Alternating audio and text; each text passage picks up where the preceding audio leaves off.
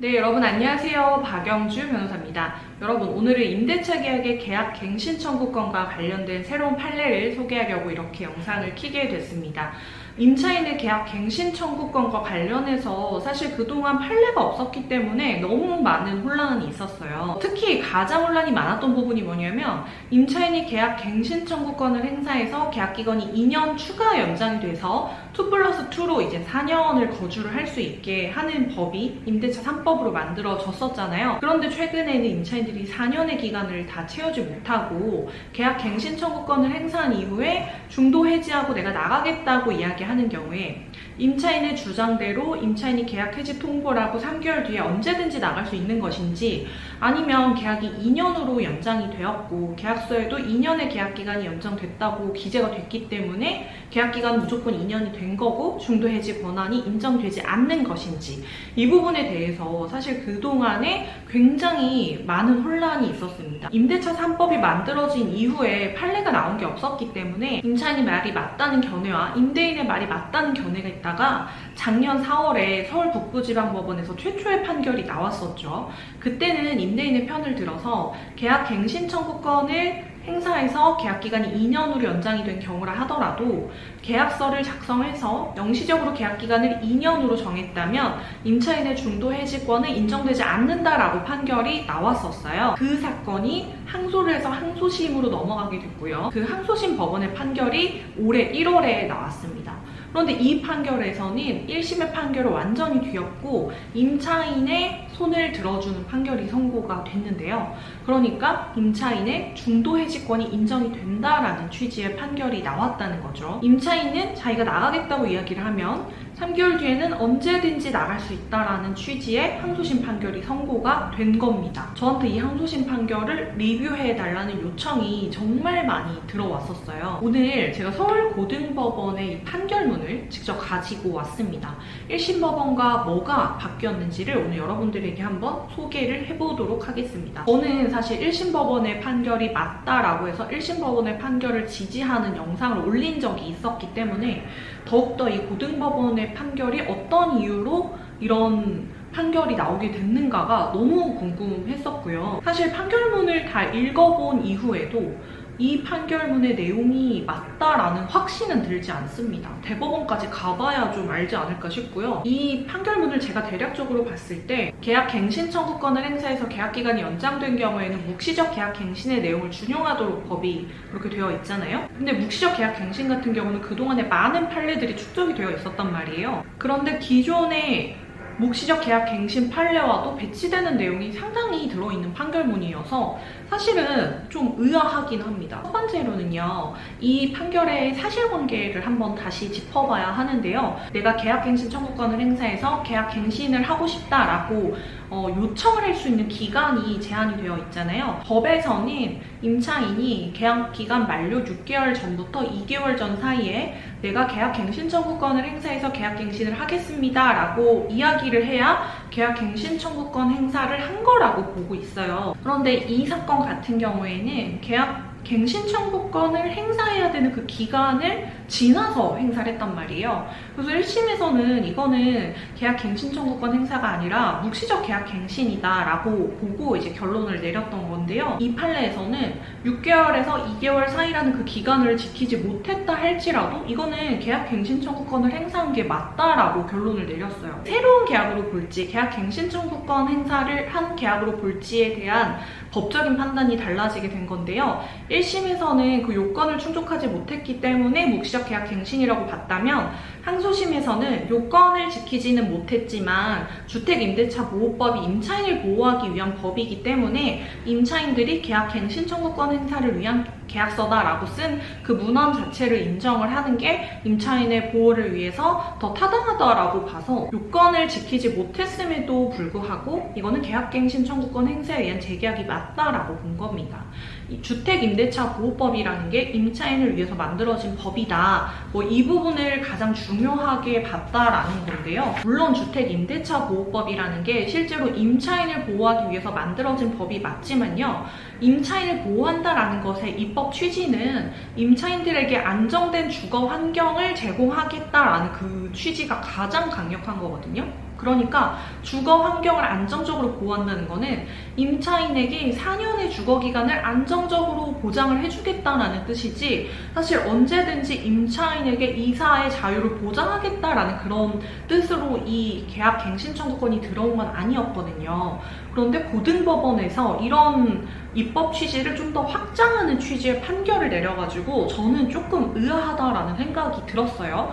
정확하게 지금 판결문에서 뭐라고 이야기를 하고 있냐면요. 주택임대차보호법에서 계약갱신 청구권이 들어온 입법 취지를 설명하면서 주택임대차의 존속기간을 보장하면서도 임차인이 원하는 시기에 이사할 수 있도록 해서 임차인의 지위를 더 두텁게 보호하는데 그 입법 취지가 있다라고 분명하게 판례에서 명시를 하고 있어요. 그래서 제가 이 계약갱신 청구권이 처음에 국회에서 입법이 될 당시에 법제사법위원회 검토보고서를 봤단 말이에요. 법제사법위원회의 검토보고서를 보면 국회의원이 법 개정을 발의를 하잖아요. 그런데 그 발의한 이유에 대해서 검토를 한 보고서란 말이에요. 거기에서는 임차인에게 왜 계약갱신 청구권 행사를 인정해서 2년이라는 시간을 더 보장을 해줘야 되는지, 왜 총 4년이라는 시간을 보장해줘야 되는지에 대한 내용만 있고요. 임차인에게 이사의 자유를 보장해줘야 된다는 내용은 전혀 단 한 줄도 나와 있지 않습니다. 그럼에도 불구하고 왜 이 판결에서는 임차인이 원하는 시기에 이사를 나갈 수 있도록 하는 게 이 법의 입법 취지라고 이야기하는지는 사실 정확히는 모르겠어요. 그리고 묵시적 계약갱신과 계약갱신 청구권에 의한 계약갱신의 경우라 하더라도요. 그 양 당사자가 서로 새로운 계약서를 쓰지 않은 상태라고 하면 임차인은 언제든지 계약 해지 통지를 하고 3개월 뒤에 이사를 나갈 수 있는 게 맞고요. 지금 문제가 되는 경우는 임대인하고 임차인이 새로 계약서를 써서 계약기간을 명시적으로 2년으로 정한 경우에도 과연 임차인에게 중도해지권이 인정되는가, 이 부분이 문제인 거란 말이에요. 이 판결에서는 묵시적 계약갱신하고 계약갱신 청구권 두 경우 모두에 신규 계약서를 작성했다는 것만으로 중도해지 권한을 부정하는 것은 입법 취지에 맞지 않다라고 해서 묵시적 계약갱신과 계약갱신 청구권 경우 모두 신규 계약서를 썼든 안 썼든 중도해지권이 인정된다라는 취지로 판결 이유를 할시를 했습니다. 네, 그런데 법제사법위원회의 검토보고서를 보면은 주택임대차에서 임차인에게 이 2+2로 4년의 총 안정적인 거주기간을 보장을 해줘야 되는 그 이유에 대해서 나와 있고요. 그리고 임차인의 계약갱신 청구권은 한 번만 사용이 가능하다라는 내용이 있고, 계약갱신 청구권을 행사해서 이제 임대인이 차임을 올리게 될 때 연 5%의 상한을 걸어야 된다, 이 세 가지에 대한 내용만 있을 뿐이고요. 임차인이 중도 해지를 해서 이사를 나가려고 하는 경우에 이사를 나갈 수 있는지, 이걸 인정해줘야 되는가에 대한 내용은 전혀 없었습니다. 그래서 이 판결에서는 임대인하고 임차인이 새롭게 계약서를 작성한 행위를 어떻게 해석을 했냐면요. 계약갱신 청구권이 행사됨에 따라서 계약기간이 2년으로 연장이 된 거다, 이 부분을 확인하기 위한 목적으로 계약서가 새로 작성됐을 뿐이지, 특히나 임차인에게 중도 해지 권한이라는 것이 인정이 되고 있는데 이 중도 해지 권한을 포기한다는 내용으로 이 계약서를 썼다고 해석을 하면은 그거는 임차인에게 너무나도 불리한 내용의 계약이다, 이렇게 본 거죠. 그리고 더 나아가서요, 만약에 임차인이 나는 중도 해지권을 포기하겠습니다 라고 쓴다 하더라도 이거는 주택임대차보호법의 입법 취지하고 어긋나기 때문에 그 효력을 함부로 인정해서는 안 된다라고 해서요, 여기에서는 뭐 중도 해지권을 포기하겠다라는 내용이 적혀 있진 않았는데요. 만약에 적혀 있었다 하더라도 그거를 무효화시킬 수 있다, 강행 규정을 위반한 것이어서 무효화시킬 수 있다라는 취지의 내용까지 포함되어 있어서 이 임차인의 중도 해지 권한을 매우 강력하게 인정하겠다는 취지로 이 판결문이 기재가 됐습니다. 그런데 저는 좀 의아한 것이요, 묵시적 계약갱신 같은 경우는 이미 많은 판례들이 나와 있거든요. 묵시적 계약갱신은 임대인하고 임차인이 아무 말 하지 않고 계약기간이 연장이 됐을 때 임차인이 나가겠다고 하면은 3개월 뒤에 나갈 수 있도록 하는데, 만약에 당사자들끼리 계약서를 작성을 해서 계약기간을 2년으로 정한다라는 내용이 들어가 있으면 이런 경우에는 계약서의 내용이 더 우선하기 때문에 임차인에게 중도 해지 권한이 인정되지 않는다라고 판시했던 게 일관된 묵시적 계약갱신의 판례였어요. 그런데 이 판결에서는 묵시적 계약갱신이든 계약갱신 청구권 행사에 의한 계약갱신이든 임차인에게는 중도 해지 권한이 인정이 되기 때문에 이거를 당사자들이 계약서를 썼다 할지라도 이 계약서 내용이 뭐 중도 해지권을 포기한다라는 명백한 임차인의 의사표시가 없는 이상 중도 해지권을 포기했다라고 추단하면 안 되고, 심지어 임차인이 중도 해지 권한을 포기한다 썼다 하더라도 이거는 주택임대차보호법의 입법 취지에 반하는 계약이기 때문에 함부로 그 내용의 효력을 인정해서는 안 된다라는 취지로 이야기를 하고 있는 거예요. 임차인의 중도 해지권이라는 게 강행 규정이고 임대인과 임차인 간의 사적인 계약으로 이 중도 해지 권한을 무효화시킬 수는 없다. 그래서 굉장히 강력한 권리 있다라는 취지로 지금 이 판결문에서는 이야기를 하고 있다라고 보시면 돼요. 그리고 이제 이 사건 같은 경우에는 2+2 해서 총 4년의 기간을 연장한 게 아니고 계약서 작성일로부터 2년 플러스 2 이렇게 해가지고 총 2년 2개월의 기간을 보장하는 내용의 계약이었거든요. 그래서 이제 임대인 쪽에서는 내가 2년을 보장해준 게 아니라 2년 2개월을 보장해줬기 때문에 요거는 2+2가 아니라 완전히 새로운 계약이다 이런 식으로 또 주장을 했어요. 이 판결에서는 만약에 이게 2년 2개월이기 때문에 새로운 계약이라고 본다면 임차인은 물론 2개월 더 살 수는 있겠지만 계약갱신청구권 중도 해지라는 강력한 권리를 상실하기 때문에 이거 역시 새로운 계약으로 볼 수가 없다라고 하면서 2년 2개월을 보장해준 거는 임대인이 보장을 해줘야 되지만 임차인은 언제든지 나갈 수 있는 중도 해지 권리가 있다라고까지 임차인의 권리를 강력하게 보장을 해주는 내용으로 판결문이 나왔다고 볼 수 있습니다. 주택임대차보호법은 임차인을 보호하기 위해서 만들어진 법이 맞고요. 안정적인 주거 환경을 보장해주기 위해서 계약갱신 청구권이라는 게 들어온 게 맞아요. 임차인의 계약갱신 청구권이라는 게 들어왔던 그 당시의 부동산 시장은 계속해서 부동산의 가격이 올라가던 때였고요.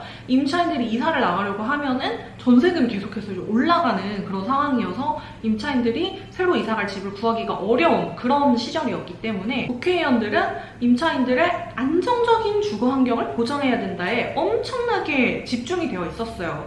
기억이 나실지 모르겠는데 뭐 6년을 보장해야 된다, 8년을 보장해야 된다, 막 그런 내용으로 계속 막 토론을 하고 그럴 때였단 말이에요. 그래서 이제 총 4년의 기간을 보장하도록 되었던 건데 이거는 임차인이 오래 살 수 있도록 해줘야 된다라는 취지였지 임차인이 언제든지 이사를 나갈 수 있는 권리를 보장해주겠다는 내용으로 입법된 게 전혀 아니었거든요. 그런데 이 판결에서는 이 계약갱신 청구권 입법 취지를 임차인에게 이사의 자유까지 보장해주는 내용이라고 확대 해석을 하고 있는 거예요. 그런데 저는 임차인에게 이사의 자유를 보장하는 것이 왜 임차인의 안정적인 주거 환경을 보장해 주는 건지 그 부분이 좀 납득이 되지 않아서 이 판결이 굉장히 임차인에게 치우친 판결이 아닌가라는 생각이 들어요. 임차인은 뭐 이사를 마음대로 나가지도 못하냐 뭐 이렇게 생각을 하실 수도 있죠. 저는 임차인에게 이사의 자유가 보장되면 안 된다라고 이야기하는 건 아니에요. 다만 법은 국회가 만드는 거지 법원이 만드는 건 아니거든요. 만약에 임차인에게 이사의 자유를 주고 싶다면 국회에서 국회의원이 임차인은 언제든지 임대차 계약을 체결하고 이렇게 중도 해지를 통보할 수 있고 임대인은 여기에 뭐 동의를 해줘야 된다. 그런 내용이 입법이 됐다면 당연히 임차인에게 이사의 자유는 인정이 되겠지만요. 그런 내용이 없는 상태에서 이 법에서 분명히 임차인에게 뭐 이사의 자유를 보장해줘야 된다는 내용으로 들어온 법도 아닌데 이거를 왜 법원에서 이렇게 확대 해석을 하는지, 그리고 계약갱신 청구권을 행사했을 때 지금 뭐 법원에서는 이건 임차인을 위한 법이니까 임차인을 보호해야 된다라고 하고 있지만 이사의 자유를 주는 것, 그리고 내가 2년을 살겠다고 약속을 했는데 2년의 계약기간을 지키지 않고 나가겠다라고 하는 게 과연 임차인 보호 영역에 들어가는 건지 그 부분에 대한 의문점이 사실은 100% 해소되는 판결문은 아니라고 저는 좀 생각이 들어요. 서로 이제 다툼이 좀 있었는데요. 그거 빼고 계약갱신 청구권과 관련된 내용만 말씀드리자면 이렇습니다. 여러분들은 어떻게 생각하시나요? 아마 뭐 임차인분들은 당연히 이 판결을 지지할 거고 임대인분들은 이 판결에 반대하실 텐데 내가 언제는 임차인이 될 수 있고 언제는 임대인이 될 수 있기 때문에 당장에 나의 실리를 따져서 이 판결을 지지한다, 이 판결을 반대한다라고 생각을 하지 마시고 정말 이 판결이 맞을까를 한번 곰곰이 생각을 해보셨으면 좋겠고요.